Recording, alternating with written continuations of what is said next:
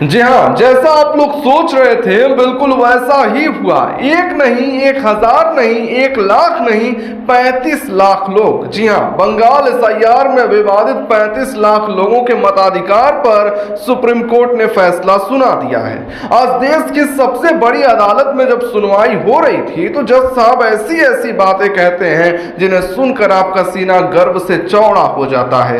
अदालत कहती है कि वोटर लिस्ट में नाम होना और अपने ही देश में वोट देना सिर्फ एक संवैधानिक अधिकार नहीं है बल्कि एक भावनात्मक अधिकार यानी सेंटिमेंटल राइट भी है।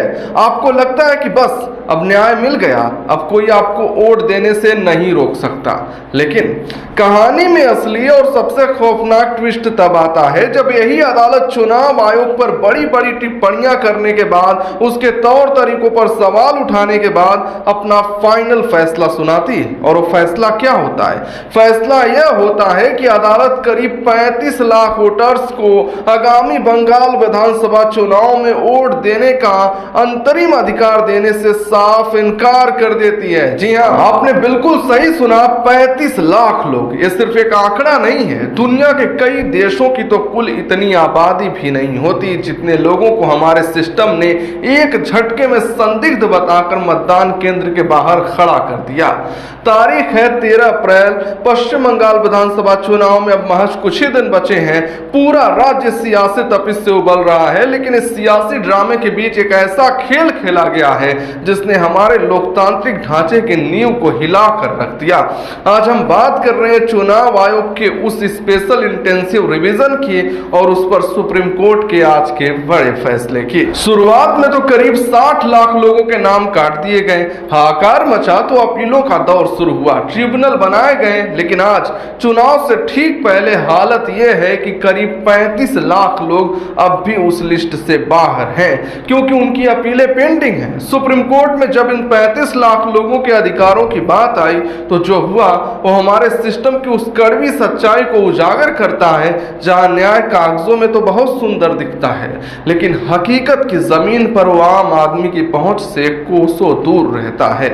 सुप्रीम कोर्ट के चीफ जस्टिस सूर्यकांत, जस्टिस जय माल्या बागची और जस्टिस विपुल पंचोली की बेंच इस मामले की सुनवाई कर रही थी। इस दौरान जो दलीलें और जो बयान सामने आए वो किसी भी लोकतंत्र प्रेमी को बेचैन करने के लिए काफी हैं। सुनवाई के दौरान एक महिला वोटर कुरैशा यास्मीन का जिक्र आया। कुरैशा के पास भारतीय पासपोर्ट है, आधार कार्ड है, वह एक वेरीफाइड वोटर नहीं है। इसके बावजूद उन्हें लॉजिकल डिस्क्रिपेंसी नाम की एक नई और अजीबोगरीब श्रेणी में डालकर वोटर लिस्ट से बाहर कर दिया गया। जस्टिस बागची ने इस पर चुनाव आयोग को घेरा। उन्होंने यहां तक कहा कि बंगाल में जो लॉजिकल डिस्क्रिपेंसी नाम का नया पैमाना लाया गया है वह अन्य राज्यों में नहीं है। अदालत ने चुनाव आयोग के बदलते स्टैंड पर तंज कसते हुए कहा, कृपया बिहार मामले में अपनी लिखित दलीलें देखें। आपने ही कहा था कि 2002 के मतदाताओं को एक्स्ट्रा दस्तावेज देने की कोई जरूरत नहीं है। अदालत ने माना कि चुनाव आयोग अपने बयानों में हेरफेर कर रहा है, बयानों में बदलाव कर रहा है। लेकिन जरा ठहरिए, अदालत के इन कड़े शब्दों का असर क्या हुआ? जब बात इन लाखों लोगों को अंतरिम राहत देने की आई ताकि वो कम से कम इस चुनाव में तो अपना नेता चुन सकें, तो सुप्रीम कोर्ट ने चुनावी प्रक्रिया की अंतिम शक्ल का सिद्धांत लागू कर दिया।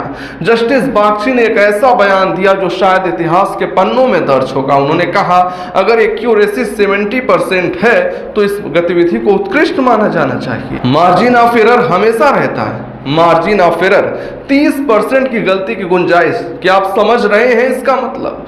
चुनाव के इस कुरुक्षेत्र में जहां हार जीत का फैसला चंद 100 या 1000 वोटों से हो जाता है, वहां लाखों वोटर्स का गायब होना महज मार्जिन ऑफ एरर कैसे हो सकता है?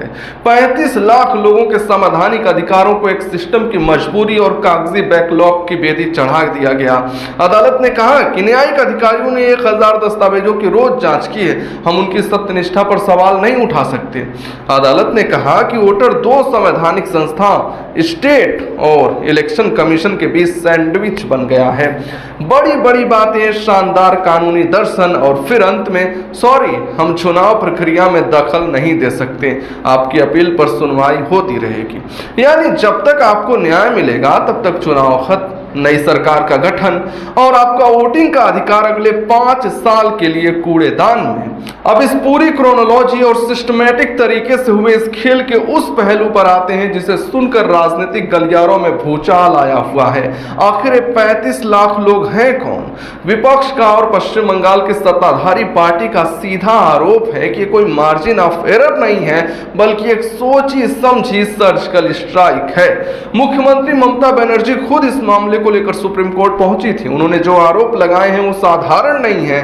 उनके शब्दों की कड़वाहट और चुनाव आयोग पर उनका सीधा हमला ये बताने के लिए काफी है कि पर्दे के पीछे का खेल कितना गहरा है। ममता बनर्जी ने देश की सर्वोच्च चुनावी संस्था को सीधे कटघरे में खड़ा करते हुए चुनाव आयोग को बीजेपी का आईटी सेल तक कह डाला। उनके भाषणों और अपीलों को अगर हम कोट करें तो उन्होंने मुख्य चुनाव आयुक्त ज्ञानेश कुमार को लेकर बेहद कठोर शब्दों का इस्तेमाल किया। उनके नेताओं ने तो उसे बीजेपी का बूट लीकर यानी जूता चाटने वाला तक कह दिया। ममता बनर्जी ने उन्हें एक अहंकारी और झूठा अधिकारी करार दिया और कहा कि वे मेरे देखे हुए अब तक के सबसे बेईमान चुनाव आयुक्त हैं। ममता बनर्जी और आलोचकों का नैरेटिव बिल्कुल साफ है। उनका आरोप है कि केंद्र में बैठी मोदी शाह की सरकार के इशारे पर बंगाल फतह करने के लिए चुनाव से ठीक पहले एक ऐसी पिच तैयार की जा रही है जहां विरोधी टीम के खिलाड़ियों को मैदान में उतरने से पहले ही रनआउट घोषित किया जा सके। आरोप है कि एसआईआर की आड़ में जानबूझकर उन इलाकों और उन वर्गों के वोट काटे गए हैं जो सत्ताधारी दल टीएमसी के कोर वोटर माने जाते हैं, खासकर अल्पसंख्यक और गरीब तबके के लोग। विपक्ष पूछ रहा है कि क्या यह महज इत्तेफाक है कि जब भारतीय जनता पार्टी को बंगाल में अपनी जमीन खिसकती हुई महसूस हो रही है तभी अचानक लॉजिकल डिस्क्रिपेंसी का हथियार निकालकर लाखों वोटरों को अपीलों के अंतहीन चक्रव्यूह में फंसा दिया गया। चुनाव आयोग कहता है कि वो फर्जी, मरे और शिफ्ट हो चुके वोटरों को हटाकर लिस्ट को साफ कर रहा है। सुप्रीम कोर्ट कहता है कि प्रक्रिया पूरी हो चुकी है, उसे पलटा नहीं जा सकता। लेकिन जमीनी हकीकत यह है कि इन दो भारी भरकम संस्थाओं के बीच पिस रहा है वो आम आदमी जो तपती धूप में इस उम्मीद के साथ खड़ा था कि उसका एक वोट इस देश का भविष्य तय करेगा। इस पूरी खबर का निष्कर्ष क्या है? निष्कर्ष यह है कि कानून के दायरे में रहकर किस तरह से लोकतंत्र की सबसे बुनियादी शर्त राइट टू वोट को होल्ड पर डाला जा सकता है। ये बंगाल का चुनाव उसका सबसे बड़ा केस स्टडी बन गया है। आप इस पर क्या कहेंगे? आम आदमी क्या माने? कमेंट जरूर करिएगा। भले चैनल को सब्सक्राइब करें या ना करें, आज वीडियो को लाइक करके ज्यादा से ज्यादा शेयर करिएगा ताकि सबको पता चले कि आखिर चल क्या रहा है।